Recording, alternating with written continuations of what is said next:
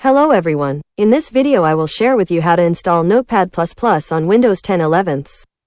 Watch this video until the end and pay attention to this little arrow to follow the steps.